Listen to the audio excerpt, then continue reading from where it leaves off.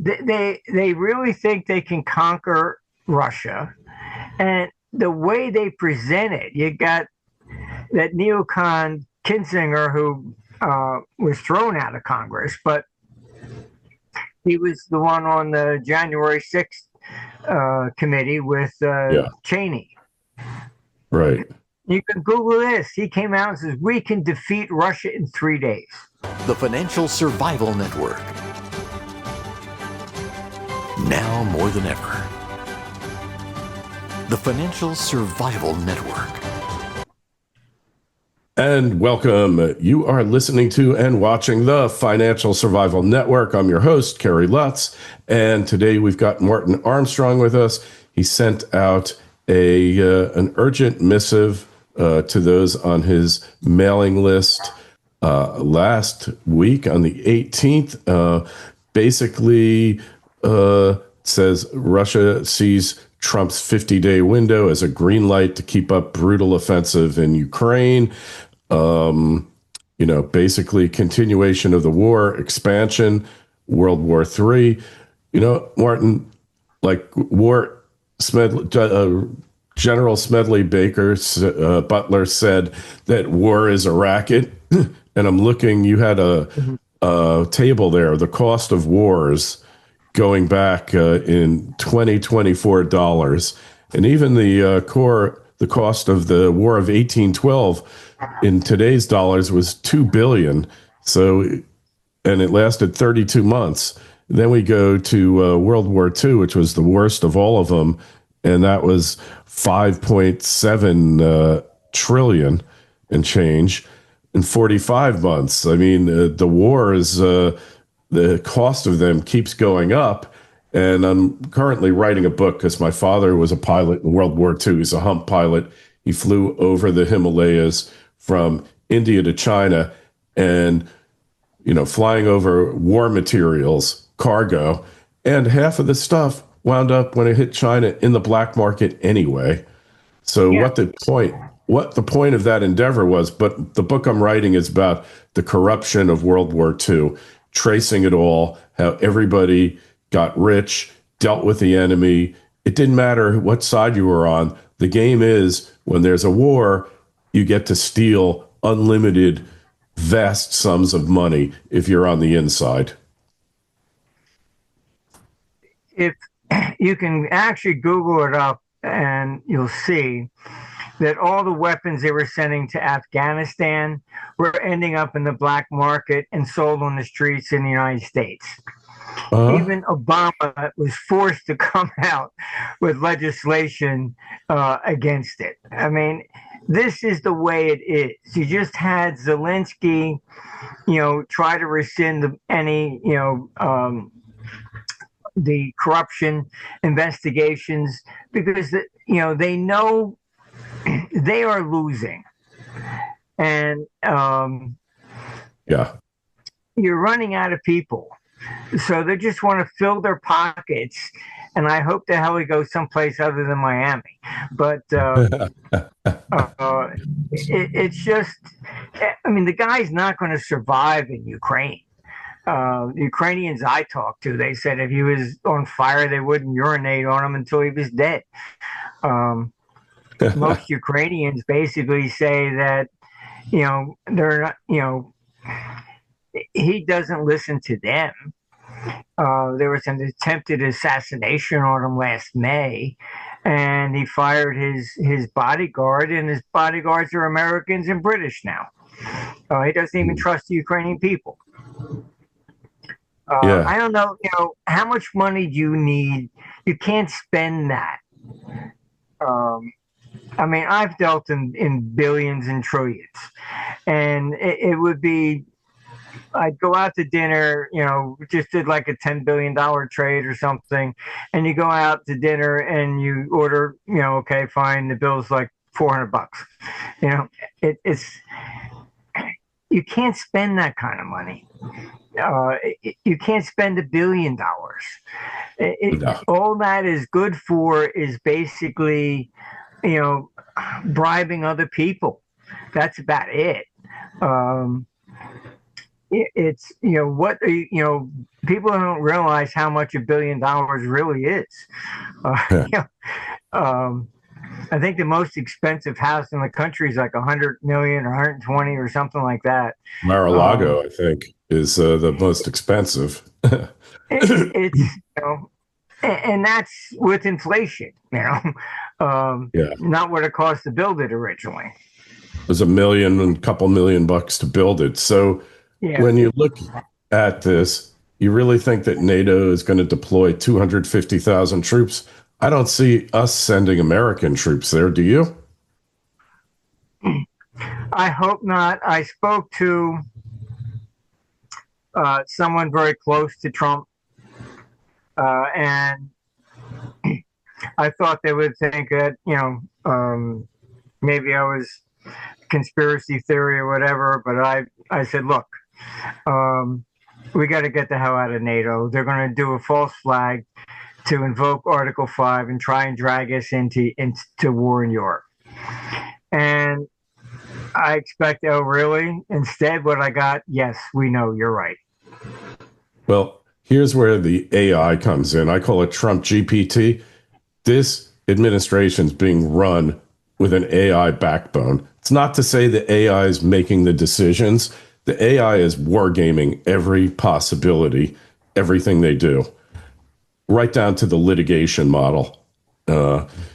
And so they've already thought of a lot of this stuff. And, but it's Europe. They just made this amazing deal with the United States that I don't even believe they're going to comply with. They're all promises, these deals. There's nothing concrete, substantive. So look what we did for you. You got to help us out here. Europe is going to fall. You can't let Europe fall. In the end, does he just let Europe lose on their own? What's happening is that they have vested so much into this Ukrainian propaganda that, if Ukraine falls, Putin's going to come and take Europe. Domino theory. Yeah, I mean, there's nothing in Europe for Russia to take to begin with. They have to get all their energy from Russia. You're not talking about gold or anything. All they're going to get is nothing but headaches, civil unrest. The French are going to say, "You're going to pay our pensions now." I mean, there's nothing to go in for. Yeah. War, if you look at it objectively, you have to have some sort of economic reason to do it. Japan went into Manchuria to get assets, energy, etc. There's got to be a profit to it. The only exceptions are like religion, or like Khrushchev did. We will bury you. That was almost an economic religion that communism would defeat capitalism. Cultism. Cult. Yeah, It was a cult. it's not. It wasn't like, you got a whole bunch of gold and we won it, or something like that. In ancient days, it was the same thing. I mean, the troops shared in the spoils, so they followed, Alexander the Great. They stopped in India and said, "Hey, we're not going in there. Forget it." He couldn't say, let's go conquer this country. Why? Because I just don't like them. What are we going to get at it? Oh, nothing. They're going to say, really? You're on your own, So we have, on the West side, they've tried to, invade Russia. This would be the third time. Sweden was the first with Peter the Great. Sweden actually controlled all the way down to Ukraine. People don't realize that historically, but and that's why they call Peter the Great. He basically kicked them the hell out of Central Europe. Then you had Napoleon, and then you had Hitler. Why do they always want to go into Russia? And Russia is the richest country in the world with $75 trillion in assets. They probably should make a good, film about what happened when the Russian Revolution. Russia had the largest gold reserves of anybody in the world. Somebody hid them. And they didn't want the Bolsheviks to get them. And they've never been found. Rumors are that they were buried in a forest or dropped to a deep lake, but it's kind of like, the Knights Templar treasure or something. Yeah. Pablo Escobar's treasure. Yeah, whatever, Ferdinand Marcos in the Philippines. Nobody knows where the hell it is. But, even Margaret, Thatcher stood up and said Russia's the richest. They got more gold, more diamonds, more oil, and more timber than anybody. But so there's an economic incentive. And what I've heard basically out of Paris is that Macron's been the one that's been pushing to send troops into Ukraine. And he thinks that they can take out Russia, and then Europe will get to 75 trillion, resurrect the Roman Empire, and lead the world again, and then their old past glories, Little delusional. I think it's deranged, but then you have Kalis, who was the prime minister of Estonia, now the head of security there for the EU. And she's even come out and said Russia's too big and needs to be broken up. Yeah, who's going to do Trump it? Is out of his mind. And I don't support him on this. I don't know who the hell he's listening to. You want peace. You had really, the Minsk agreement. Everybody signed it.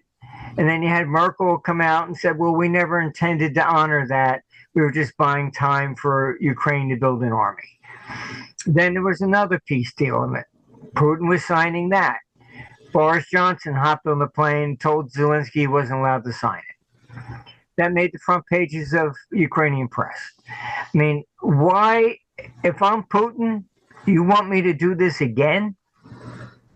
I'm going to tell you to shove it where the sun doesn't shine. Yeah. So, how many times can you fool the guy?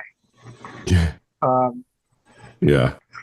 He's drew so many red lines, and Europe deliberately crosses each one. The last one was you give long-range missiles to attack inside Russia. That's it. They did. Okay, hit us now, please, so we can say you're the aggressor. He just had Merz in Germany come out and saying we're going to give long-range missiles to Kiev so they can destroy Moscow. Really? It's insane. This is insanity, Marty. They really think they can conquer Russia, and the way they present it, you got that neocon Kinzinger who was thrown out of Congress, but he was the one on the January 6th committee with Cheney. Right. You can Google this. He came out and says, we can defeat Russia in 3 days. 3 days. I guess maybe 5 days for China. They act as if they will never get a shot off. We can wipe them out. That's it. And I don't know what the hell these people. I guess they're all just sniffing cocaine on the train. Yeah. We've seen that, right? We saw that happen. Yeah, I don't know what the. It's illogical. If you wrote a movie and made this the plot, nobody would believe it. It's just absurd. Okay, so that's where we're at there. Will Trump fall for it? But the Socrates model and 2026 panic. How should investors, us normies out here, kind of prepare for that? Well, I think what you're going to see is since Trump has even moved up this deadline to August,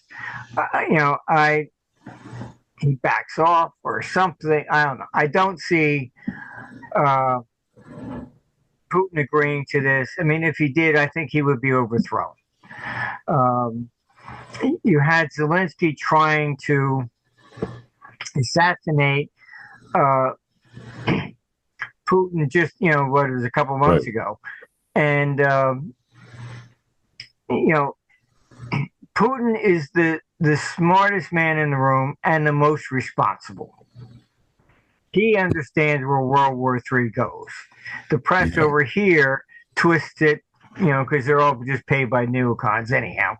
But, he's threatening, World War. No, he's warning you, asshole. If I were to do World War, I'm not going to tell you I'm coming. Just going to punch you in the face. That's it. No warning. When he's standing out, is this really what you want to go to? So my concern is that they tried to assassinate him because they know what I know, that he is the most responsible leader, period. And so they've done all these things to try to get him to act emotionally. And it hasn't worked. Provoking long-range missiles, invading, Russia itself.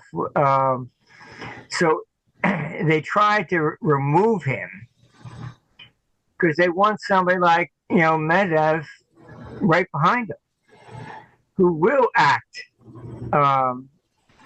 basically emotionally. Yeah. Oh, you sent these missiles, that's it. Enough, and push the, that's what they want. Putin doesn't respond emotionally. Yeah.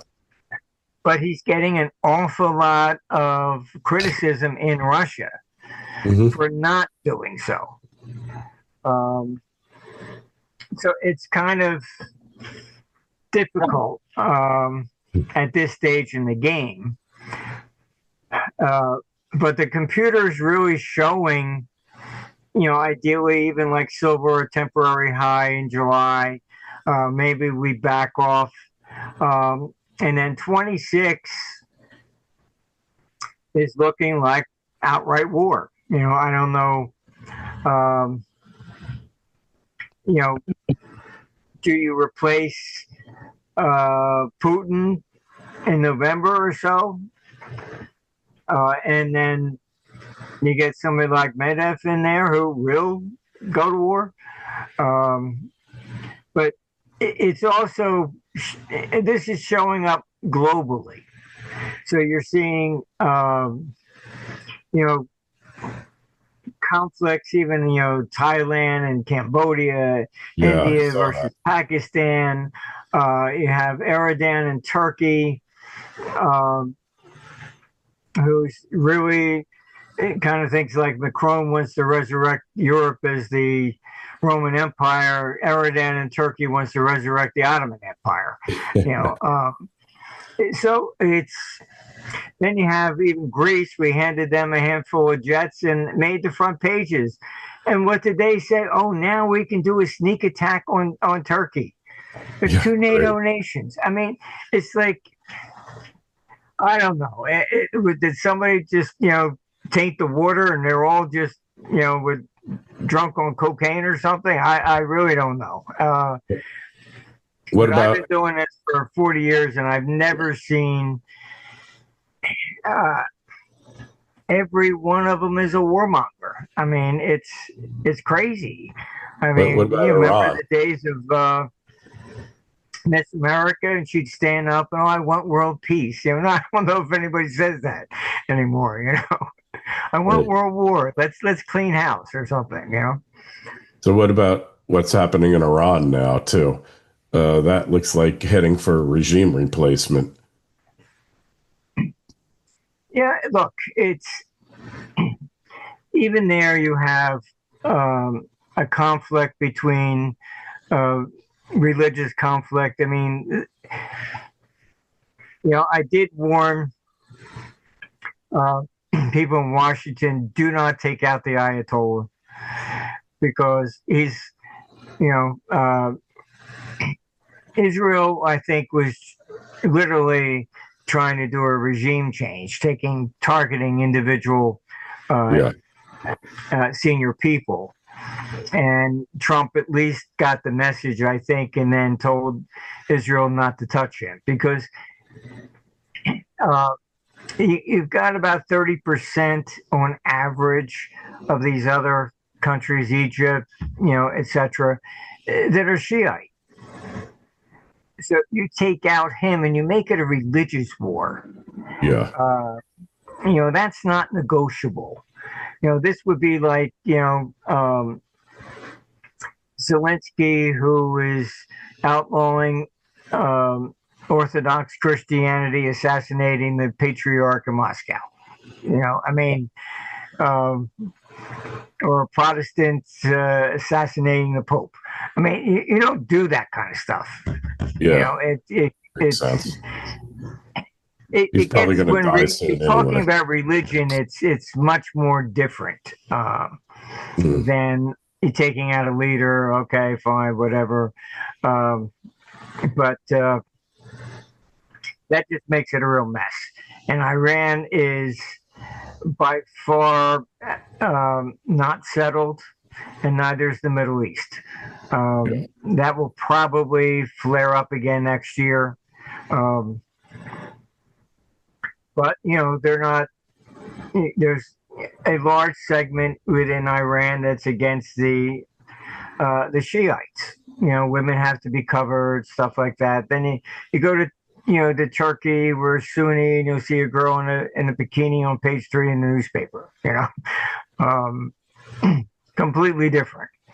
Yeah, true. So what about censorship and truth? Just as a preamble to that, I put my YouTube channel analytics through 5 different AIs, including Google's, right? The owner of YouTube, and each one said that my videos are algorithmically suppressed, and I'm silenced to about 10% of the audience that I should be getting, or maybe even more. It might even be multiples of what I'm getting. And every now and then we have one break out, like the first time when I talked to you after the book was released, and then you had your Ukraine forecast that it would disappear, and it broke through, and it broke through the suppression. And then they do it really sneakily, periodic suppression. They don't do it on every one, but they do it on most of them. But they let a few break out to think that you're actually getting through. It's a global thing that we're talking about here, this censorship thing. Look, this is just read Lenin. Newspapers are a great tool to control people. This is what they're doing. What our computer shows is that, it's 2032 forecast, and I've said many times, our governments are collapsing. People are beginning to question their validity. The censorship is just part of it. You look at Germany. At first, they wanted to outlaw the AfD. Oh, they're a bunch of Nazis because they were against immigration. Now it's the number one party. You're seeing that in Portugal and Poland. Nigel Farage. We had forecast that Brexit would win. Every newspaper in London said it would lose. Everyone. And even Davos did its best to come out against it. You had all of them. I mean, Soros took, it made the front page. He was paying to defeat it. And our computer said it would win. And Nigel came to our 2019 conference in Rome, and he said, "Of course I'm here." He's the only one that said we would win. Uh, so even these polls, they're not real polls. It's what we want people to think. Oh, you shouldn't vote for that because you're just going to be in the minority. And this is what they've attempted. So you have Vance at the Munich Security Conference and got them all upset, about the suppression of free speech there. Right. But all right. So this is all part of what our computer's projecting, that